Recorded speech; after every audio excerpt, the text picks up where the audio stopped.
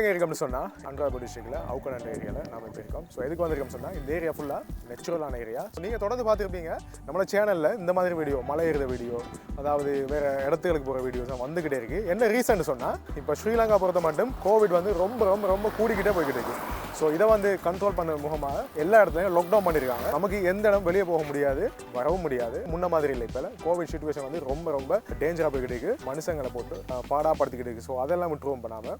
So நம்மளை பொறுத்த மட்டும் இப்போ நம்மளுக்கு வெளியில் போகவே முடியாது. லாக்டவுன் போட்டிருக்காங்க. ஒரு டிஸ்ட்ரிக்டை விட்டு இன்னொரு டிஸ்ட்ரிக் போக முடியாது. ஸோ அதனால் கொஞ்சம் நாளைக்கு இந்த மாதிரி தான் வீடியோ வரும். இயற்கையான ஏரியாவில் உங்களுக்கு இனிமேல் எங்கேயும் பார்க்க முடியாது. ஸோ இப்போ நாம் எங்கே இருக்கோம்னு சொன்னால் அவுக்கனை. இந்த ஏரியாவில் என்ன ஸ்பெஷல்னு சொன்னால் இந்த ஏரியாவில் முக்கியமான ஒரு விகாரை ஒன்று இருக்குது. அதாவது ரஜமஹா விகாரைன்னு சொல்லி, அதாவது புத்தரோட சிலை. அது வந்து கல்லால் செதுக்கப்பட்ட சிலை. ரொம்ப ரொம்ப பெரிய சிலை, ரொம்ப ரொம்ப ஃபேமஸான சிலை. எங்களோட பாடசாலை பாடப்புத்தகங்களை கூட கண்டிப்பாக சேர்க்கப்பட்டிருக்கு அந்த பாடம். இந்த இடத்து பார்த்தீங்கன்னு சொன்னால் உங்களுக்கு தெரியும், ரொம்ப ரொம்ப அழகான புகையிரத பாதை ஒன்று போய்கிட்டு இருக்கு. ஸோ இந்த புகையிரத பாதை எங்கே போகுதுன்னு சொன்னால் இது வந்து மட்டக்களப்பிலேருந்து கொழும்பு போகிற புகையிரத பாதை இது. ஸோ நாங்கள் கொழும்பு போகிறேன்னு சொன்னாலும் இந்த புகையிரத பாதையை தான் நாங்கள் சூஸ் பண்ணுவோம். எங்களோட ஊர் பக்கத்தில் இருக்கக்கூடிய ஒரு ஸ்டேஷன், அவுக்கனா ஸ்டேஷன். ஸோ அந்த ஸ்டேஷனுக்கு போய் நாங்கள் எங்களோட புகையிரதை பெற்றுக்கொள்வோம். ஸோ இந்த ஏரியா பொறுத்த மட்டும் எல்லாமே விவசாயம் இருக்குது. நானே இந்த ரோட்டில் நிறைய வாகனம் போகிறத பார்த்தேன். எல்லாருமே அதிகமாக புகையிலை ஏற்றுமதி செஞ்சு கொண்டு இருக்காங்க. ஸோ இந்த ஏரியாவில் அதிகமாக புகையிலை இருக்குன்னு சொல்லுவேன் நினைக்கிறேன் நான். ஸோ நீங்கள் பார்த்தா கூட தெரியும், எல்லாமே புகையிலை எடுத்து பெக் பண்ணி வச்சுருக்காங்க. இது எங்கே கொண்டு போவாங்கன்னு சொன்னால் தம்புள்ள பொருளாதார மத்திய நிலையம் இருக்குது. ஸோ தம்புள்ளை பொறுத்த மட்டும் இங்கே அதிகளவான விவசாயத்தோட பயிற்சிகளோட பெறப்படுத உற்பத்தியை ஏற்றுமதி செய்யக்கூடிய இடம், விற்பனை செய்யக்கூடிய இடம் தான் தம்புள்ள. ஸோ தம்புள்ள பொருளாதார மத்திய நிலையம் வந்து ஸ்ரீலங்காவோட முக்கிய பாயிண்ட்னு சொல்லலாம்.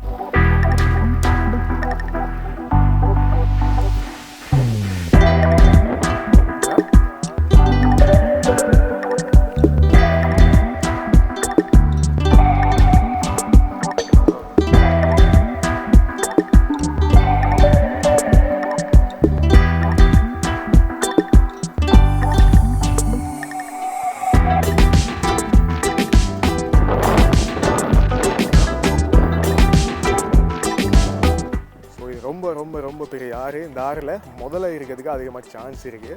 இந்த வானால போகிற தண்ணி எங்கே வருதுன்னு சொன்னால் கலாவை குளத்தில் இருந்து வருது.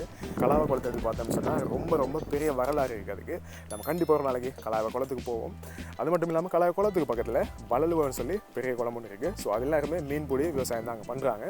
ஸோ கண்டிப்பாக அது ஒரு வீடியோ நான் போடணும்னு நினச்சிக்கிட்டேன். இந்த வீடியோ வர மிஸ் பண்ணால் பாருங்கள். இதுக்கு அடுத்தது ஸோ இந்த ஏரியா பார்த்தீங்கன்னா எல்லாமே சூப்பராக இருக்குது.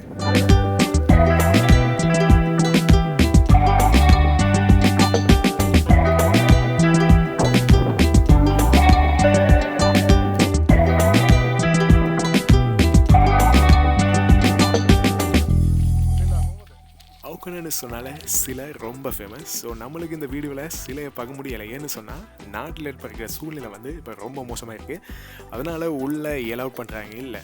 ஸோ இருந்தாலும் ஃப்யூச்சரில் வரக்கூடிய வீடியோஸில் கண்டிப்பாக நாம் அவுக்கனா சிலையை பார்க்கறதுக்கு உள்ளே போகலாம். ஸோ ரஜமஹா விஹாரை எப்படி இருக்குது, அந்த சிலை எப்படி கல்லால் செதுக்கியிருக்காங்க, எந்தளவு அந்த சிலை உயரமாக இருக்குது சொல்லி எல்லாமே நம்ம பார்க்கலாம். ஸோ ஃப்யூச்சரில் வரக்கூடிய வீடியோஸில் கண்டிப்பாக மிஸ் பண்ணாமல் பாருங்கள். இந்த வீடியோ பிடிச்சிருந்தா கீழே காமெண்ட்டில் சொல்லுங்கள், லைக் பண்ணுங்கள், ஷேர் பண்ணுங்கள், சப்ஸ்கிரைப் பண்ணுங்கள். ஸோ நாம நெக்ஸ்ட் வீடியோவில் சந்திப்போம். பாய்.